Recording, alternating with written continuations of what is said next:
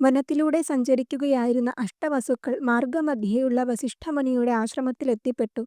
അഷ്ടവസുക്കളിൽ ഒരുവനായ പ്രഭാസന്റെ ഭാര്യ വസിഷ്ഠമഹർഷിയുടെ ആശ്രമത്തിൽ മേഞ്ഞു നടക്കുകയായിരുന്ന നന്ദിനി പശുവിനെ കണ്ടു മോഹിച്ചു.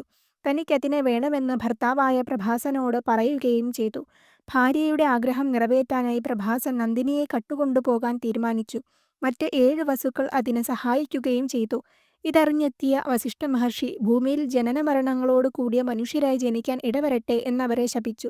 ക്ഷമയാചിച്ച വസുക്കളോട് ശാപം തിരിച്ചെടുക്കാൻ സാധിക്കില്ല എങ്കിലും പ്രഭാസനൊഴിച്ചുള്ള 7 വസുക്കൾക്ക് ഭൂമിയിൽ ചെറിയ സമയം മാത്രമേ ജീവിക്കേണ്ടി വരികയുള്ളൂ എന്നും അപരാധം ചെയ്തത് പ്രഭാസനായതിനാൽ അവന് വളരെ നീണ്ട കാലം ഭൂമിയിൽ ജീവിക്കേണ്ടി വരുമെന്നും ഒപ്പം നന്ദിനിയെ കട്ടുകൊണ്ടുപോകാൻ ശ്രമിച്ചത് ഭാര്യയോടുള്ള ആസക്തി കൊണ്ടായതിനാൽ മനുഷ്യജന്മത്തിൽ വിവാഹമുണ്ടാകില്ല എന്നും ശപിച്ചു.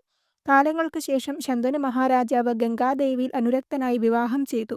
ഗംഗ തനിക്കുണ്ടായ 7 മക്കളെയും ജനിച്ച ഉടൻ തന്നെ വെള്ളത്തിൽ മുക്കിക്കൊന്നു. 8ാമതായി ജനിച്ച ദേവവ്രതനാണ് പിന്നീട് ഭീഷ്മരായി മാറിയത്.